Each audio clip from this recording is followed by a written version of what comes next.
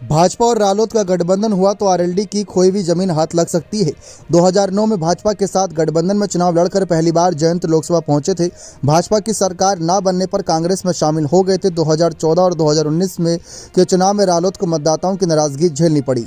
Bharatiya Janata party के साथ राष्ट्रीय लोकदल के गठबंधन की खबरें मथुरा की राजनीति में हलचल पैदा कर दी हैं। राजनीतिक गलियारों में चर्चा की गठबंधन हुआ और मथुरा लोकसभा सीट रालोद के हिस्से में गई तो 2009 की तरह एक बार फिर जयंत चौधरी यहां से चुनाव लड़ सकते हैं। रालोद को न सिर्फ मथुरा बल्कि प्रदेश के अन्य जाट बहुल सीटों पर भी खोई जमीन वापस मिल जाएगी।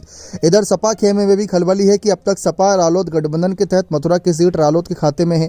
19 लाख से अधिक मतदाताओं वाली इस सीट को 3.5 लाख के करीब जाट मतदाताओं होने के कारण मिनी छपरौली भी कहा जाता है। 2009 में रालोद ने जयंत चौधरी को भाजपा के साथ गठबंधन में इसी सीट से लॉन्च किया था। ब्रजवासियों ने उन्हें संसद में पहुंचाया, लेकिन भाजपा की सरकार न बनने के कारण कांग्रेस के साथ चले गए थे। वर्ष 2014 में भाजपा ने मथुरा से हेमा मालिनी को चुनाव लड़ाया। उनके सामने चुनाव लड़ रहे जयंत चौधरी को 3,30,000 वोटों से हार का सामना करना पड़ा। साल 2019 में रालोद ने कुंवर नरेंद्र सिंह को गठबंधन प्रत्याशी घोषित किया। ये पहला मौका था जब चौधरी परिवार ने जाट बहुल मथुरा संसदीय क्षेत्र से किसी गैर जाट पर दांव लगाया। भाजपा से हेमा मालिनी ने उन्हें 2,93,000 वोटों से हरा दिया। भाजपा रालोद का गठबंधन हुआ और मथुरा लोकसभा सीट रालोद के खाते में गई तो वर्तमान सांसद हेमा मालिनी का क्या होगा, इसे लेकर लोगों में चर्चा है कि हेमा को चुनाव लड़ाया जाएगा या नहीं, उन्हें कोई अन्य जिम्मेदारी सौंपी जाएगी। एक वजह यह भी बने कि हेमा मालिनी इस वक्त देखा जाए तो 75 वर्ष से उम्र की ज़्यादा की हो चुकी है।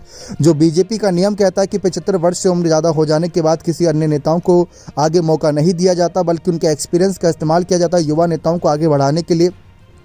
तो जहां एक तरफ हेमा मालिनी के चुनाव लड़ने पर सस्पेंस बरकरार है, दूसरी तरफ अगर गठबंधन हुआ तो यह बात तय है कि एक बार फिर से मथुरा सीट रालोद के खाते में ही जाना तय मानी जाएगी। नहीं तो अखिलेश यादव ने जिन 7 सीटों की पेशकश की है उसमें मथुरा सीट का भी नाम है। अब देखते हैं भाजपा के फैसले से हेमा मालिनी को बड़ा झटका लगता है या नहीं। बने रहे चैनल के साथ। बहुत बहुत धन्यवाद।